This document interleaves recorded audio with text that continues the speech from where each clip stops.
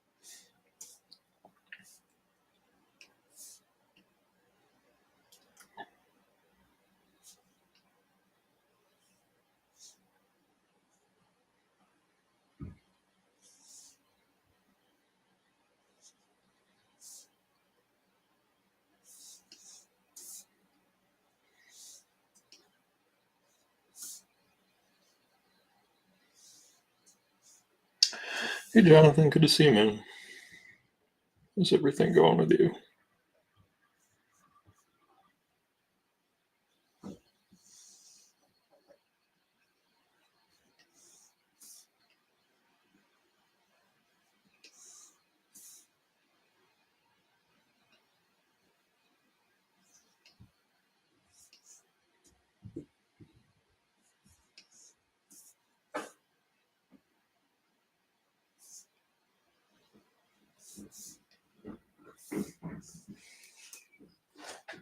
Hey Martha's, I'm doing okay. I'm just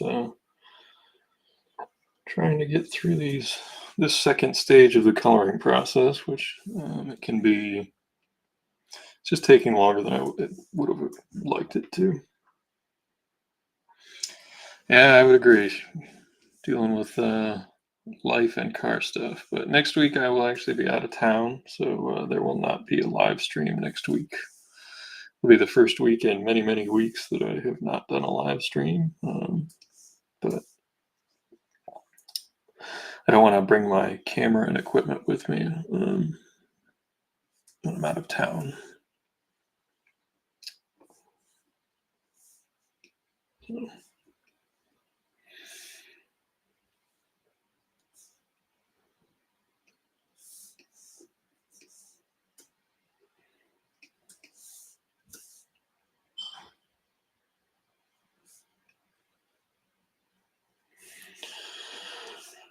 I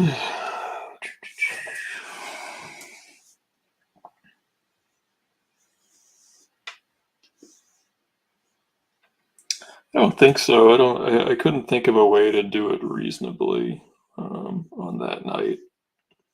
It's a night I have to be out and about.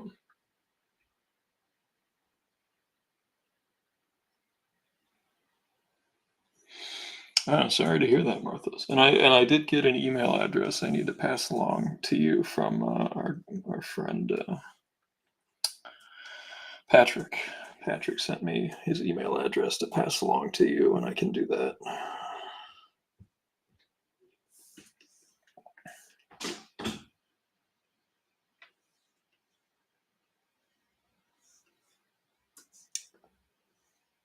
It's just family stuff. I'm not gonna go too into detail about it, but I'll be out of town for a little bit. It's not a comic convention. I've actually vowed basically to not do any comic conventions until this book is done. And I think it's been interesting. Having a year where I just am not doing as many comic conventions. Yeah. kind of sat on the sideline and watched some things happen this year, and there have been some shows that have done some cool things as far as their um, supportive artists. So that has gone noticed, and it's actually put some conventions on my list to maybe do in the future.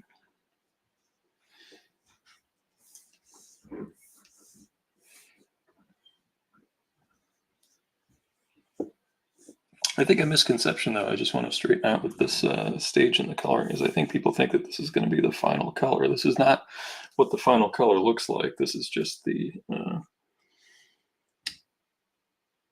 defining of the channels for different tones when we lay down those screens. And we'll do a couple of streams where I'm laying those down so people can see the whole process. Yeah. Other than that, I haven't read very many comics lately. I've just been too busy with this stuff and dealing with some car trouble and really just working. Like I get up, I work, and I do this comic when I have any time. That's all I work on. I did finish the 2-page spreads that we were working on. If people are interested, I can show those off towards the end of the stream. We're on page 36. We've got about 20 to go, a little less, and then we'll be on to the next stage of the coloring, which is doing those screens. And the reason I'm doing all of this hard work, all of this defining of spaces, is to make that step go faster. Oops, wrong layer. There we go. And when you're zoomed in like this, it's easy to not see the whole thing. And when you zoom out, you'll see like the shaded areas and like deciding where to put things on the planes. It's interesting.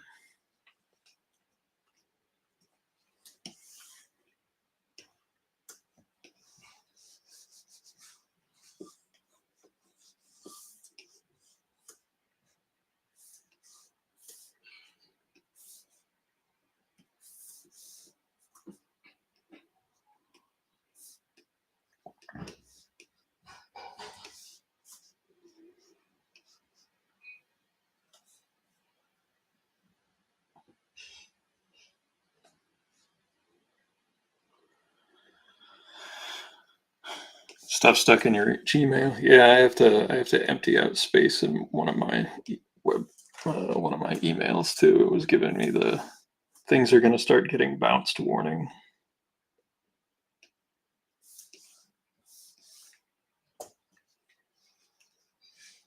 I did see that, and I shared it with a couple of people. That really nice Joe St. Pierre Spider-Man page was on eBay.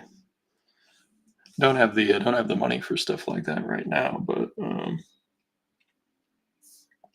it's a really nice example.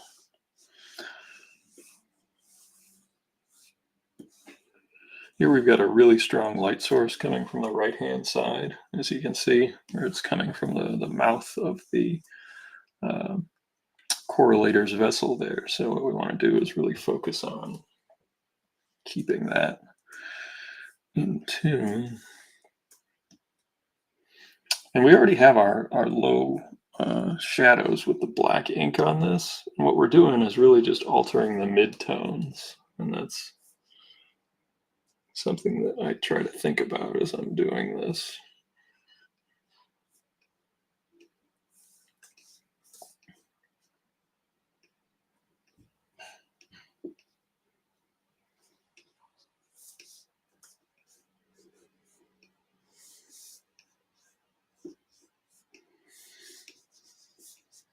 And I actually have to fix one of the flat colors here. I made a mistake when I sent some of the reference. He's green and purple. He's not green and pink. So it was a mistake on my part. It wasn't the people. It wasn't. I think this was one of the pages Jesse did. I could be wrong. I'd have to look at the list to be sure.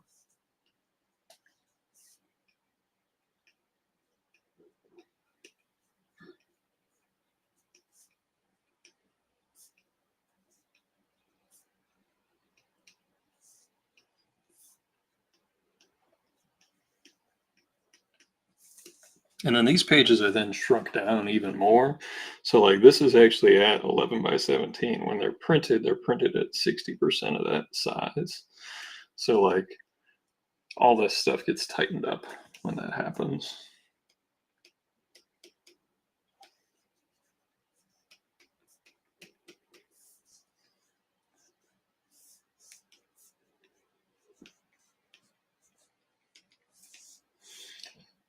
And I really do a very simplistic coloring with this, but it's just because of the finished product that I'm going for, it takes a long time.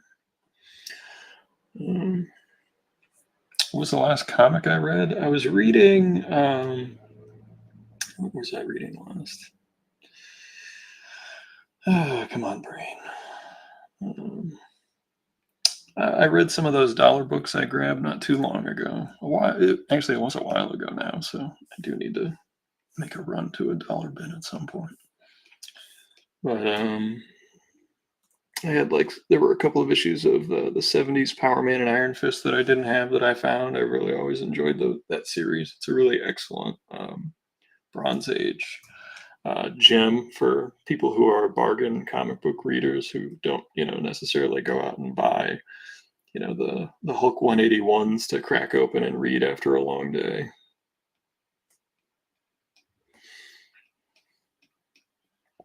That's what we should all do if we win the lottery. It would be just to buy Hulk 181 slabs to crack open to read, and then throw it in a donation pile.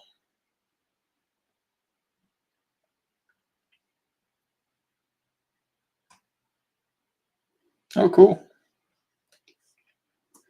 Yeah, that'll be a fun project. I'm looking forward to really nice doing some short stories. I did a little bit of writing the other day when I was just I couldn't draw, so I did some writing. Sometimes that happens.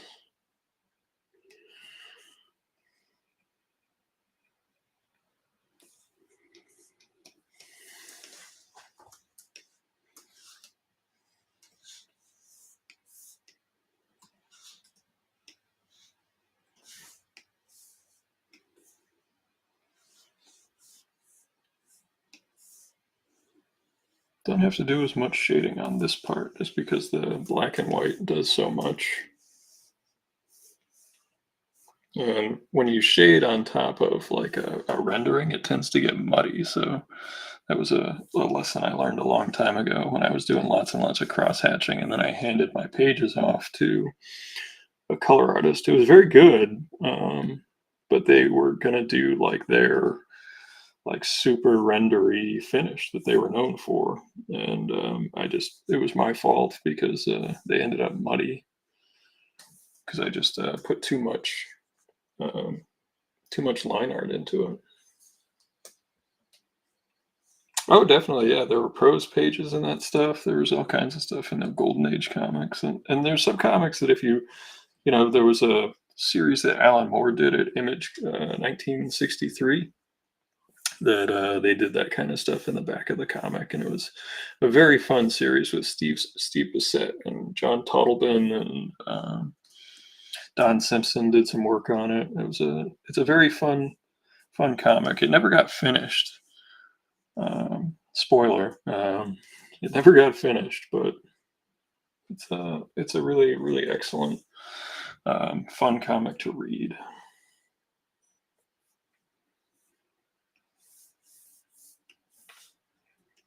You can usually find it in dollar bins still because it was at the height of the Image thing, and they just did tons of. They printed a ton of them.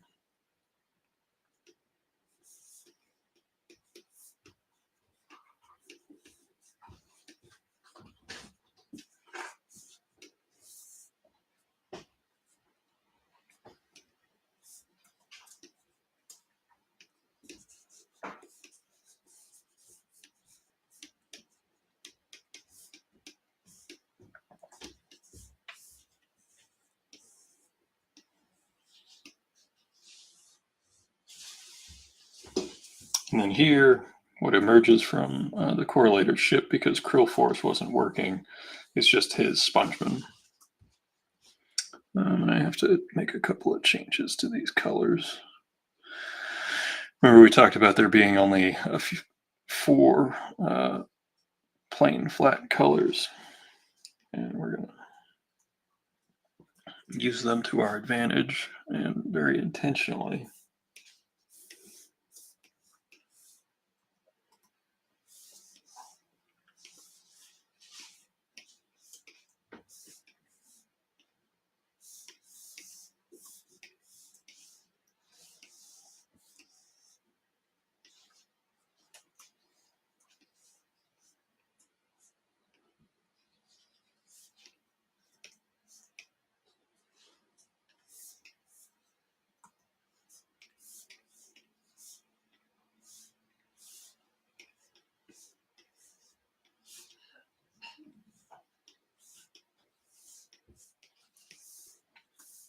When the flat colors are laid down properly, it's easy to go through and update the colors as needed.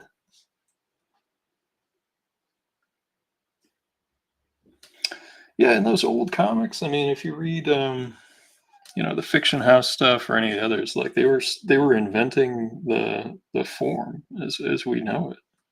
So there's a few little bits here that are not correct, but it shouldn't take long to clean up here.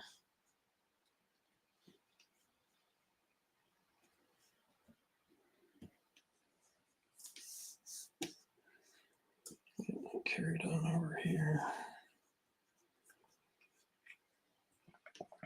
I tend to point back that these spongemen are wearing like the cheapest scuba gear or snorkeling gear you can buy. Paul Stanley. It's funny. Maybe. I don't know. Not the biggest Kiss guy. We're thinking of the same person. Some of my friends love that band, and it just happens to be the age they were, I think.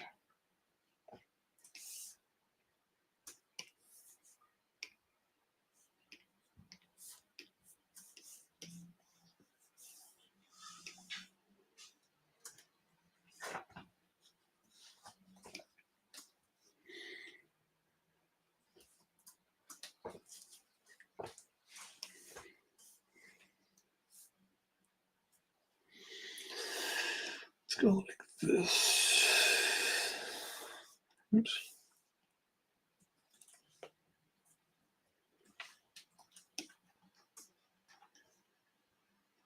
Oops.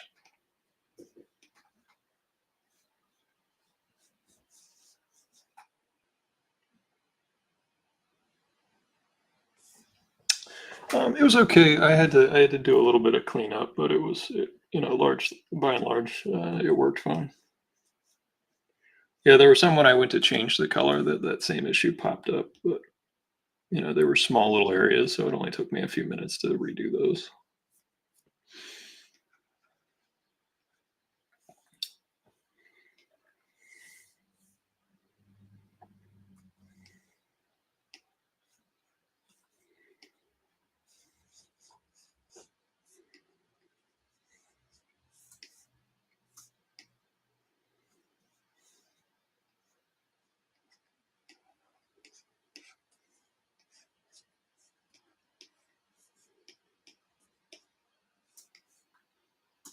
Hey, Patrick, good to see you.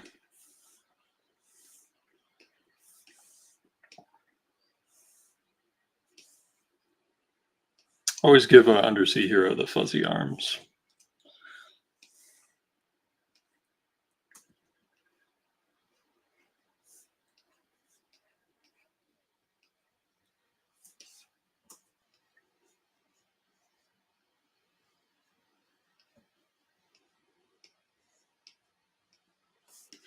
I have actually caught up with watching Peacemaker. I did watch that. Um, it's continued to be an excellent, entertaining series. I love the first season, and I would recommend it to anybody that enjoys absurd comic book stuff. I think I've talked about it in the past, even going back to like the Guardians days, that James Gunn like doesn't shy away from the absurd bits of comics, and I really appreciate that because I think that for a long time the source material was tried to dial it back, and he tries to lean in a little bit. I could definitely see some influence from his days working at Trauma in a very early scene in episode 2, I think.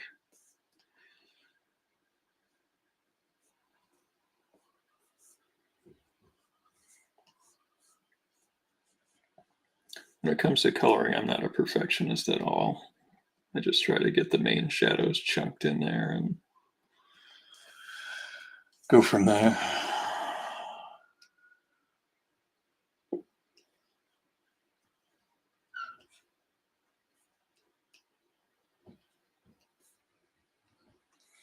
There is a comic store I may get to visit on this trip. We'll see if there's time, but it's a really nice one.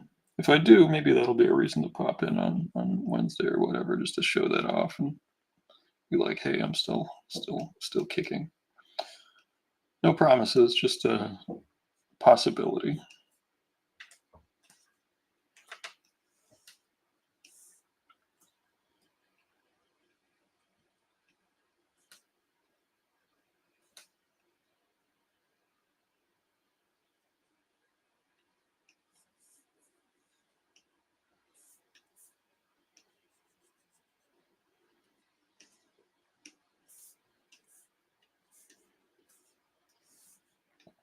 Missed a spot.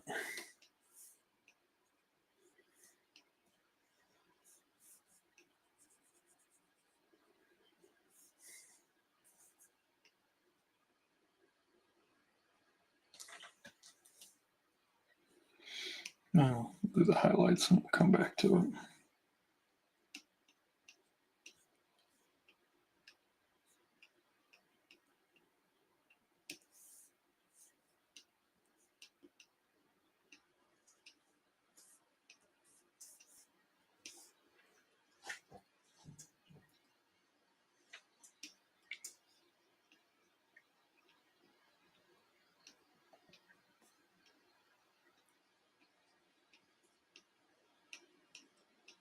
I've enjoyed it. I think it's good. I like the. I was extraordinarily surprised by Mr. Cena being good in it. Um, I grew up in a time when they tried to put people from his sports entertainment background, shall we say, into films and television, and the results were generally abysmal. Um, and I would say that he's pretty good. I think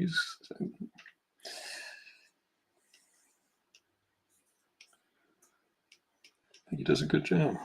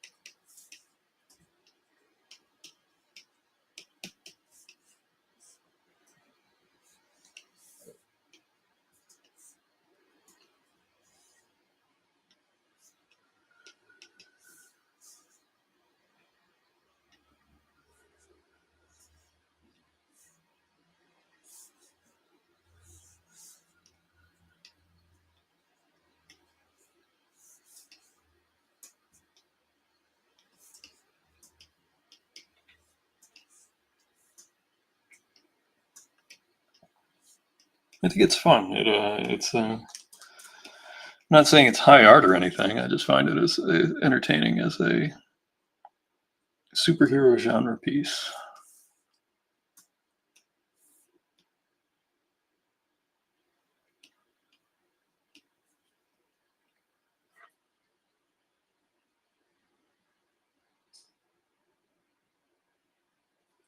Oh, okay. I have not seen Haven, so I think Dave Bautista's a good actor. It was when he was in He only had a few lines in it, but when he was in the Blade Runner sequel, I was just like, wow. Um,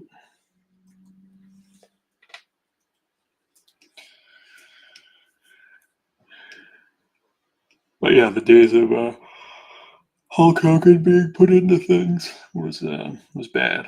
And as much as I love They Live, Mr. Piper there not winning any Academy Awards.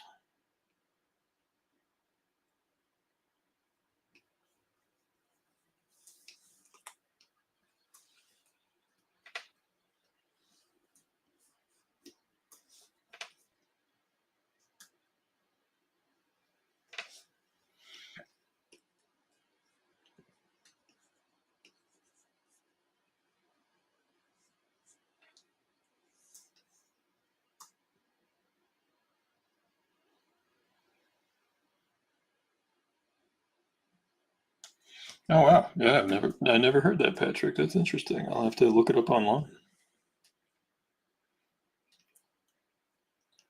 Had no idea. Patrick dropping the historical knowledge on us tonight.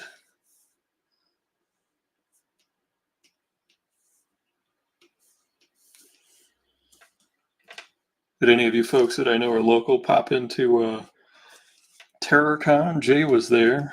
He said he did all right.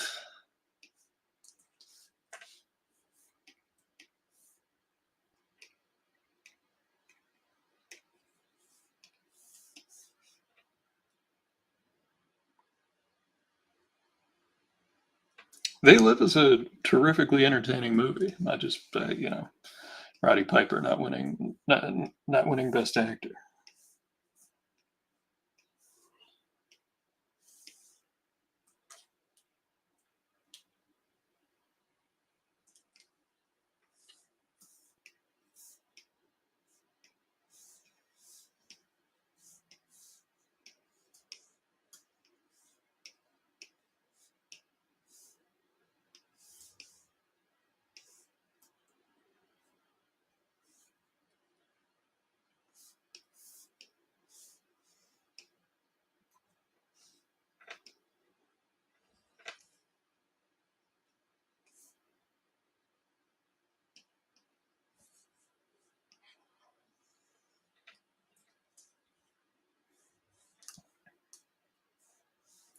One of the gags in the book is that the sponges pantomime whatever the host is doing, so you can see when this guy sticks his tongue out, so does the sponge.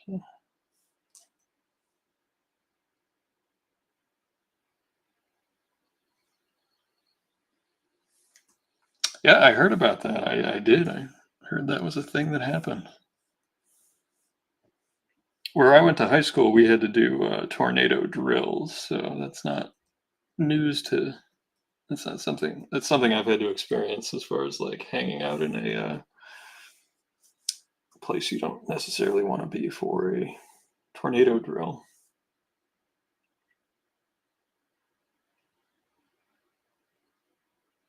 Yeah, that's right. Keith David, and he was great in what you call it, The Thing. Great movie.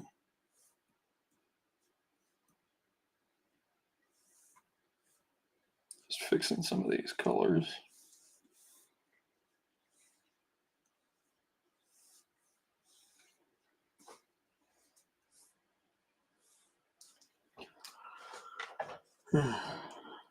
I didn't make it to the one in Tiverton. I'm gonna try to get a table at the next one of those, so maybe you can be my carry a box inside helper. I'm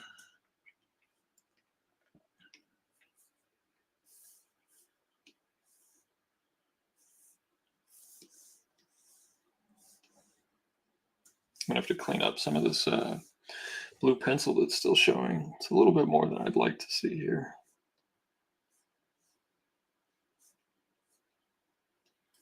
There's our light source up and to the right. Yep. Okay.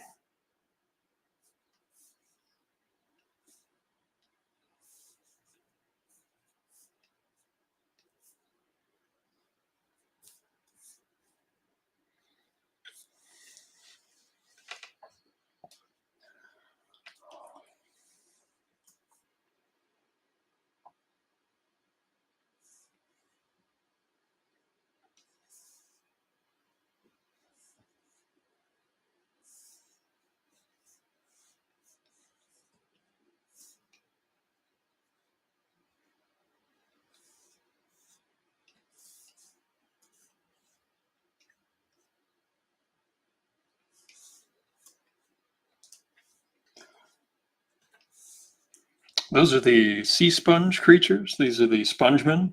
And when the sponge is placed on the head of one of these volunteers, shall we say, their mind is wiped clean, and they are the henchmen of the correlator. He has his loyal spongemen that are his henchmen. So, but yeah, they're these little creatures, and they pantomime whatever the host is doing. They will also do. So, like when the host points at something, they also point. When the host puts his arms up and yells, obviously he puts his arms up and yells. So it's a little bit more forgiving of a cosplay after I designed the correlator. You can just put like an orange fuzzball on top of your head with like a couple of ping pong balls. Or you get one of those like clown type wigs that would work too.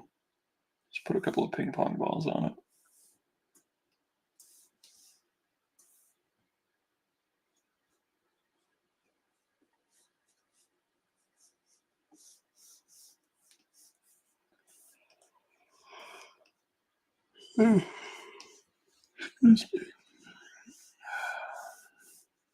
Keep throwing down shade.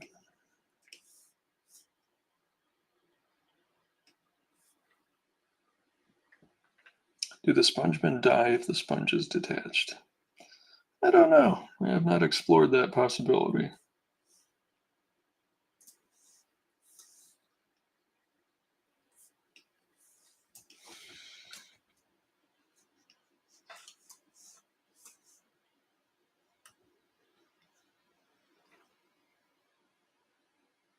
Car wash sponge. There you go.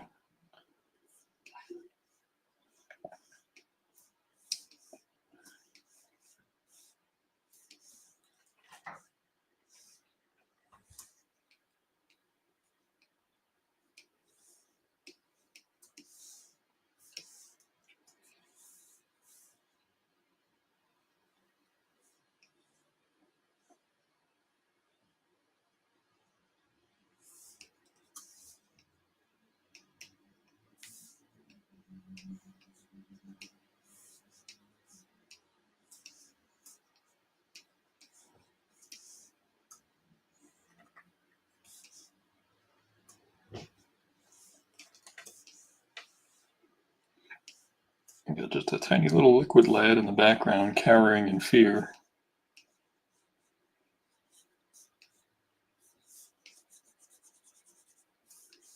And when this is printed, that'll be, I don't know, and you can see how small it is on 11 by 17. It'll be like a little stick figure.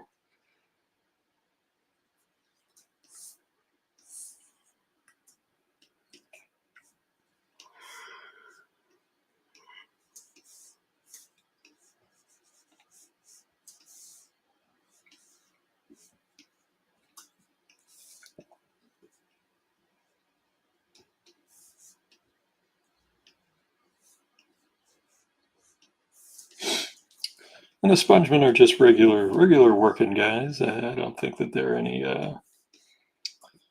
highly skilled folks, and the correlator definitely does not give them the best equipment.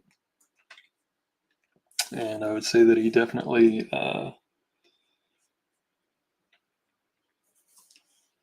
needs them, especially like in this story, as we've seen the unleashing of Krill Force takes some doing. Like they thought it would be easier than it was, and it was not. So.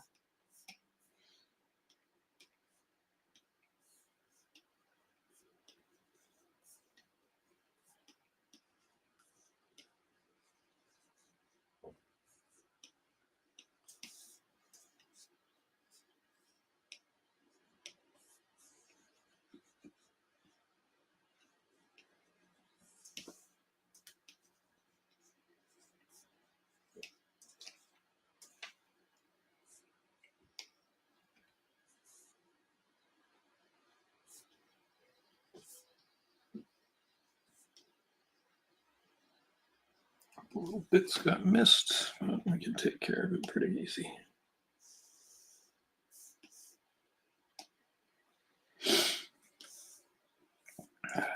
Excuse me.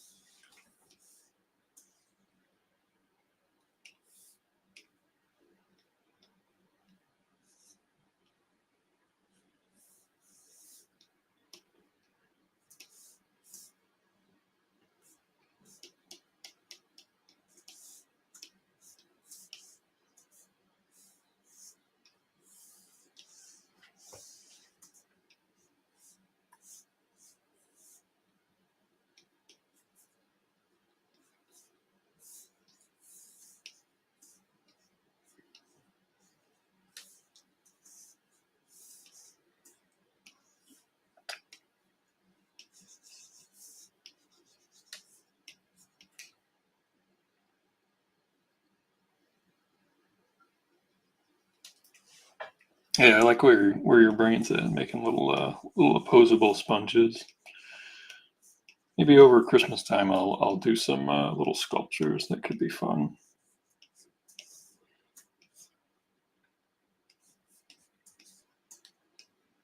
Just get some Sculpey at the Michaels or whatever. Making a Krakus would be easy. The people would be tough, but making the Krakus would be easy because it's just a few geometric shapes, looped together and not very many colors. So it'd be a simple one to do.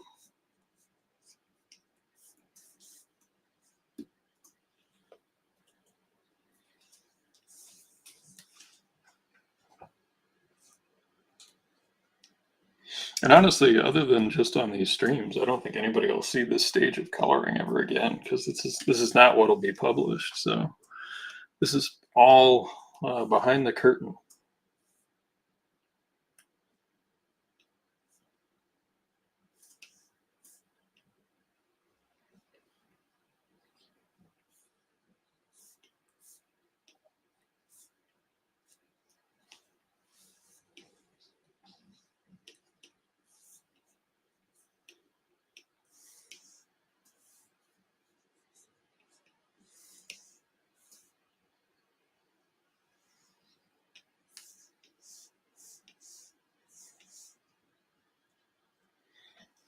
A 3D printer. Yeah. They're pretty neat pieces of equipment. Well, our friend Brian actually, who pops in every now and again, makes like model trains and stuff. And we actually talked about doing um, cast pewter or metal figures. We talked about maybe doing that at some point because he has all the equipment. I would just need to make this little sculptures, and then we could make a mold and etc. etc. I will tell you though, that's one of the things that I get bombarded with like regularly on social media is like, I have a 3D printer. Have you thought about making action figures of your characters? It's like when I did my Kickstarter, I would have like people bombarding me with like fulfillment companies and all these other different businesses and things like that they were looking to tack on to what I was doing. And I was just like, I can't afford any of this stuff. I'm sorry. I'm just one guy in an apartment.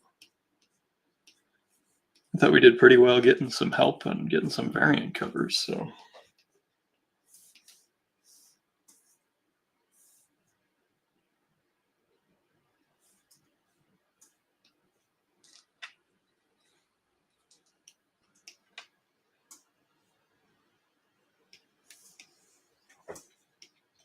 we even got people who worked on some of the other undersea comics that are more well known to contribute. Craig and Joe have both drawn Submariner and Aquaman, and Joe did the Cousteau comics, which I was very jealous of when he was telling me about it. I was like, oh, that sounds like such a cool job doing all the Cousteau Society stuff. Because I liked that stuff as a kid. Did I look at the redone title? I don't think I did. I'll have to look at my email after the stream. I must have missed it. I usually see your stuff. I must have missed it. Sorry.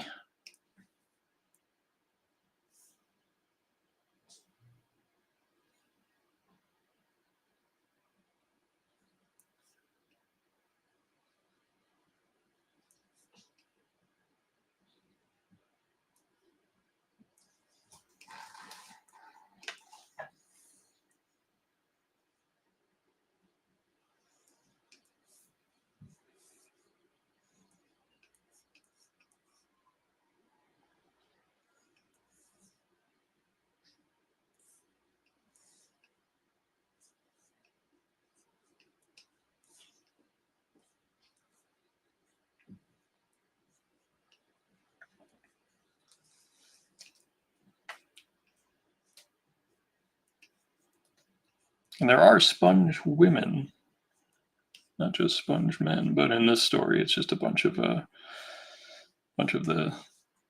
dudes. but I did do a design for the sponge women.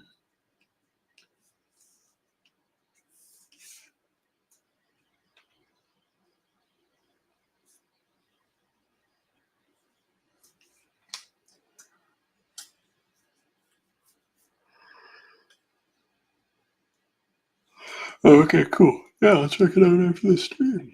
Yeah. Yeah, my free time as of late has been nil. Um, so I'm sorry if I haven't been as attentive to my email.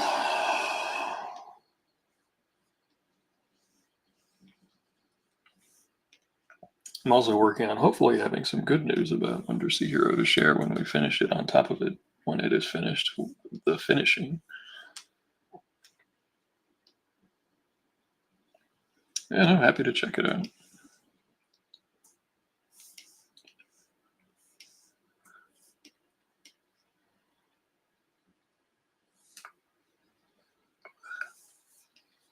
Sometimes my little lines are confusing.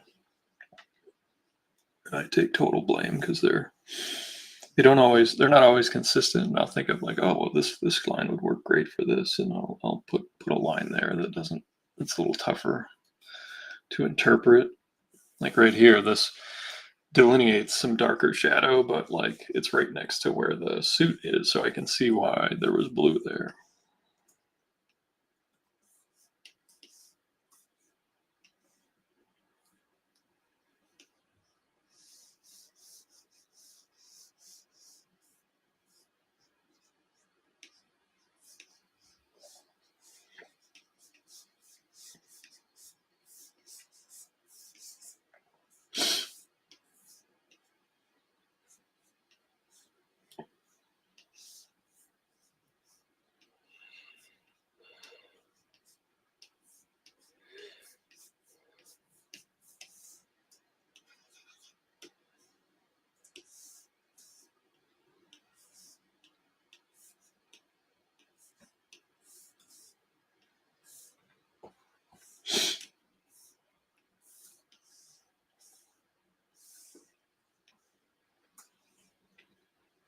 I actually have to fix the hair color because it's too light. His hair is just pure. His hair is just colors that prints really well, and it's easy for the. And then as he's beating these guys up, and this guy spits his tongue out at him, and so he throws him, and then it runs into all the other spongemen, and that stops them for the moment.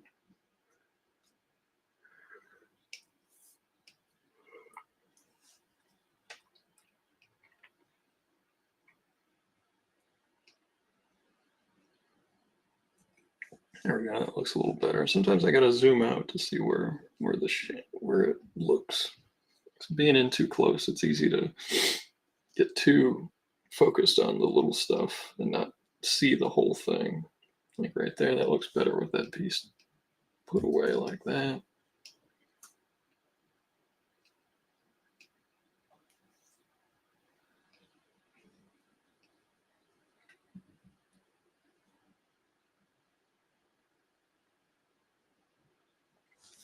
Yeah, in that case, what I generally do is I'll change the color on the background. I'll think of a storytelling angle, like the spongemen are orange, and I want the focus to be on the foreground, so I'll make the background tank brown, so like it's in a shadow, or blue, or I'll pick a flat tone that like will just fade it into the background and think of it graphically rather than just by like literally what the colors are. Like literal coloring is kind of the easy way to do it. And one of the things that's great about the limited palette of the old ink colors, because like these are all the old ink colors. Like none of these colors here are outside of the, was it 108 colors? Something like that. Of the printing process of the day. So I have to come up with, and so did they. Like if you look at some of those wonderful old horror comics, you'll see whole scenes that are just one color. So because they're in the shadow, they want to show the shadow in an interesting way. Like right here, I'm going to make a story. See this swipe right here? I'm not going to color this. Like there's going to be just, let's go like this. And it cuts right in front of it. And what it does also, by cutting in front of it, creates a strong graphical element, but it also makes the throw look stronger. Color over this. Fill this in. G.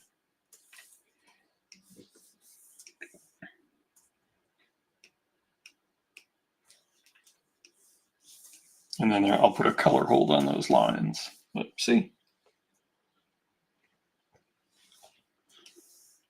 And in this case, I'm actually, you know what we'll do? We'll do a storytelling color right here.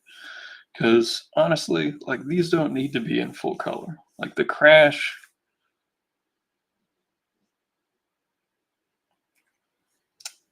yeah, like I get why this looks like it does, and why these choices were made.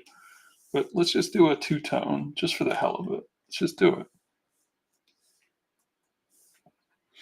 Let's grab ourselves a nice red. Oops.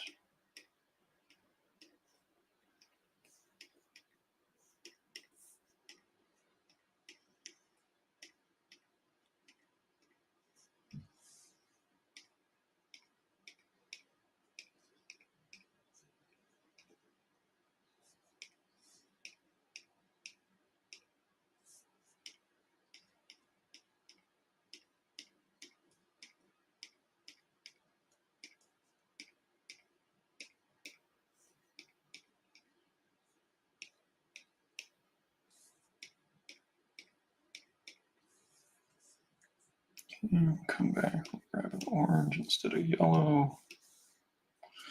Let's lighten it a little bit. Let's get a little more yellow in there. Make it a richer color.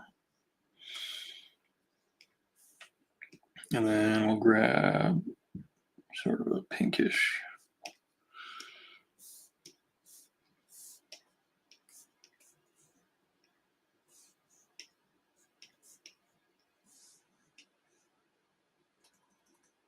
We'll go a little darker on that, just for the hell of it. Oh wait, I think we can just grab this color.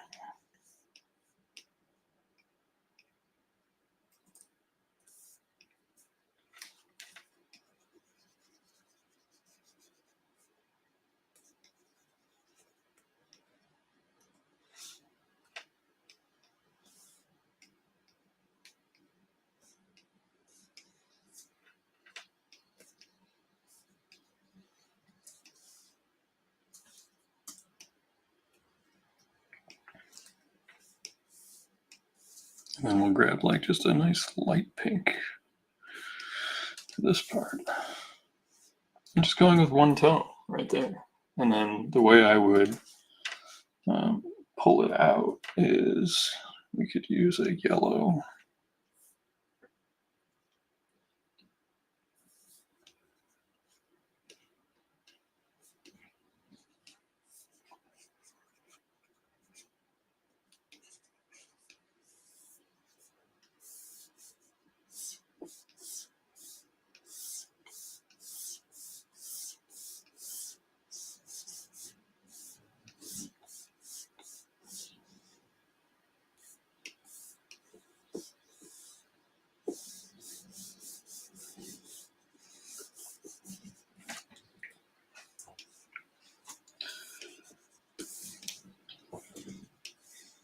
And yeah, there's the big crash sound effect that'll be right here, and it gives it more punch.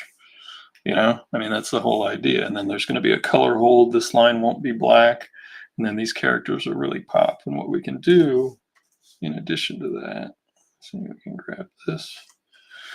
We can go even lighter. We can grab that light yellow.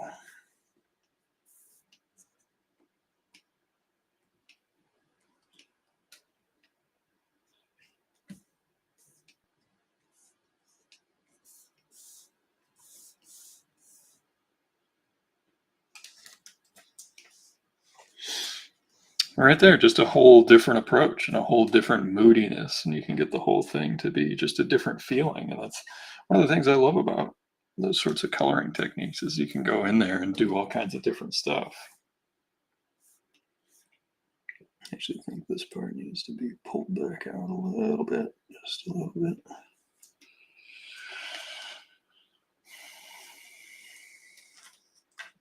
Might even be better with the orange. Let's go back down here. Turn off contiguous. I actually like the pink better. Yeah. There we go. And in that case, I really wouldn't do any shading.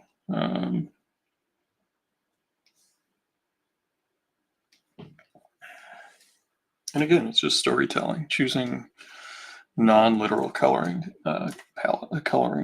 choices.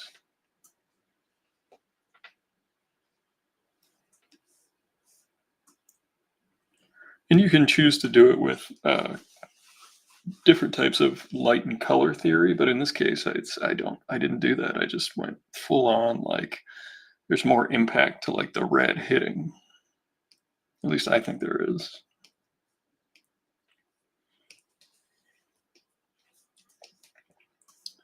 And it's my book, so I can succeed or fail on my own stupidity. Or merit, whichever. Stupidity, merit. It's 6 1 half dozen, right?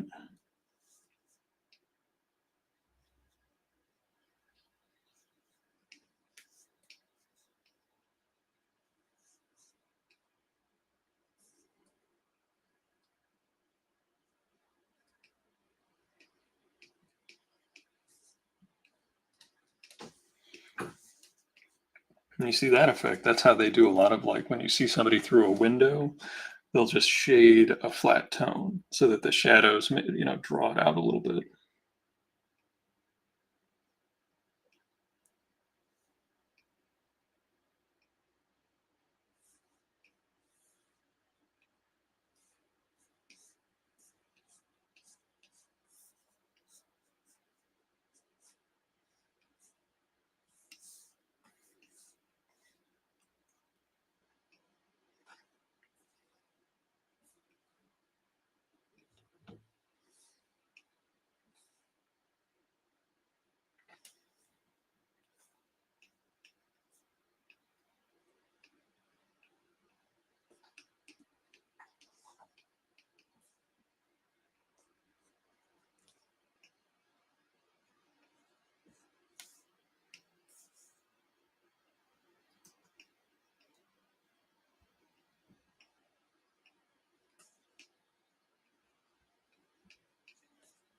And I'm kind of winging it doing this upside down. So I do have to fix the. Oops.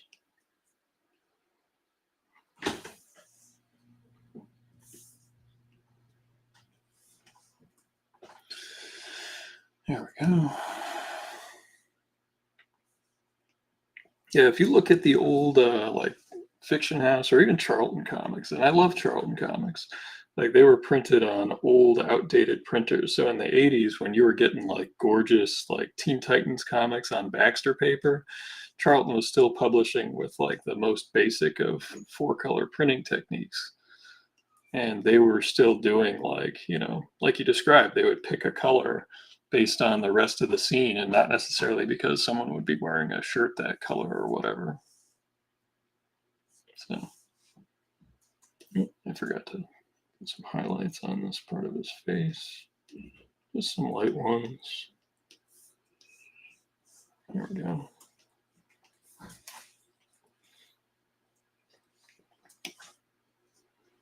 So you go from this green panel here to this red panel here, and that's so fun. We just did that on the fly, Although I might change one thing because we're creating a tangent here.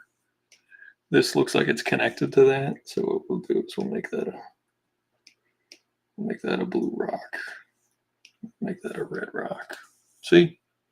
It just creates that break, but the red next to the red, it looked like they were connected, so little change.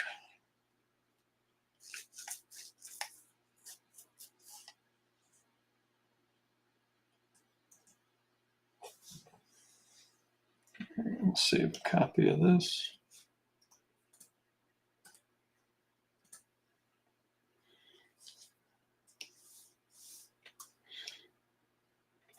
I'll open the next one.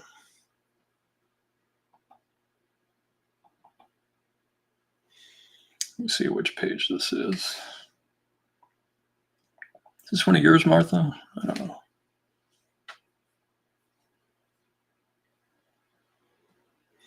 Yeah, we're gonna have to make some changes on this.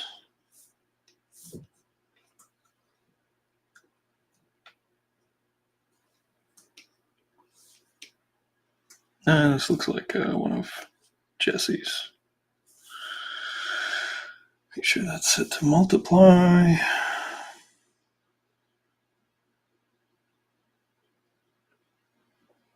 And here we see one of the spongemen looking to make liquid lead one of their own. And as the sponge reaches down with his little tendrils, loses his mind.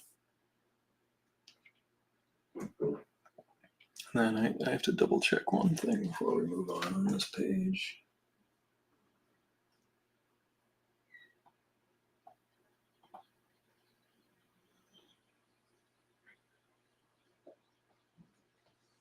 Don't really like the color of that fish, but maybe we'll go with a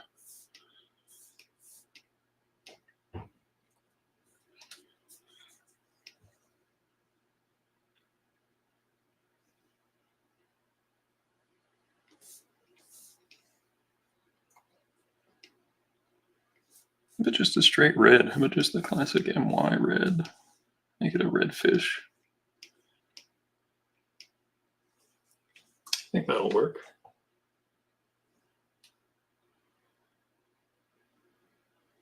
Okay. Yeah, it must be one of Jesse's. We're gonna have to work over here a little bit, so we can see that there's some very important drool that we have to put some flats on.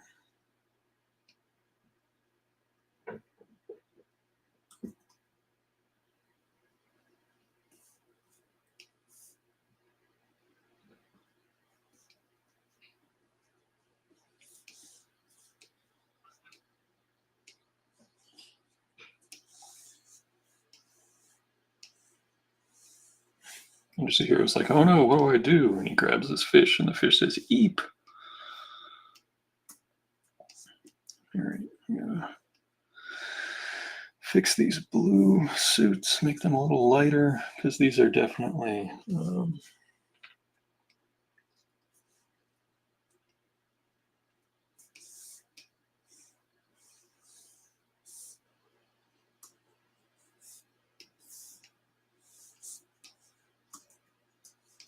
yeah, I don't want all of those to be pure blue.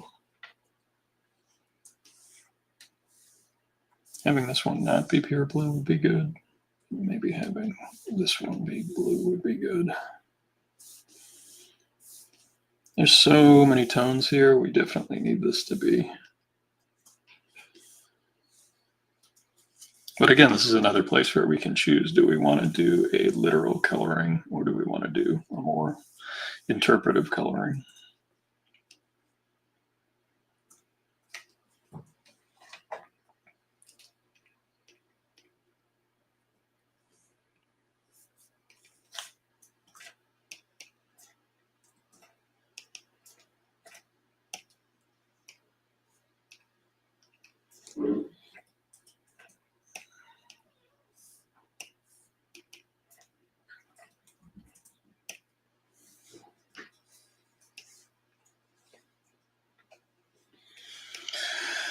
Now I'm getting tired.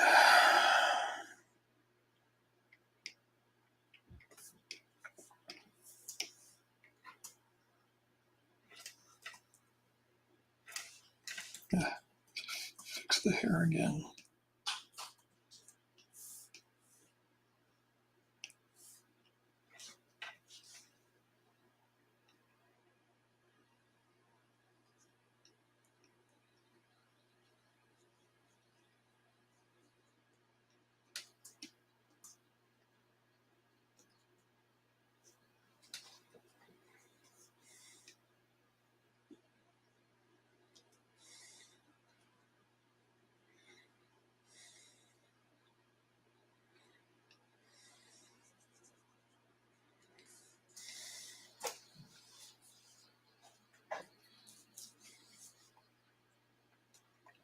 Well, I think because of how tired I am, we might wrap it up a little early tonight.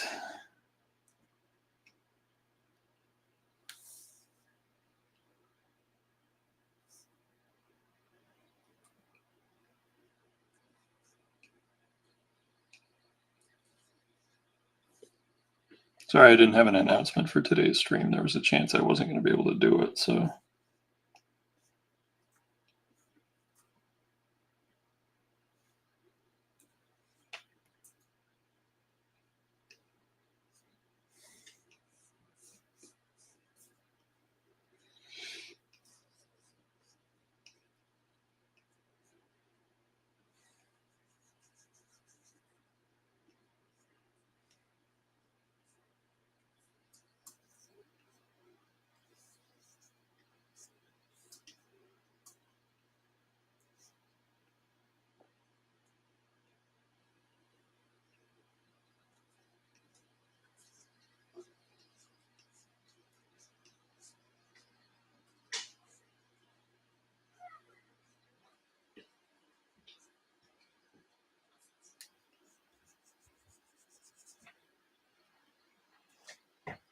Hey, thanks, Martha's.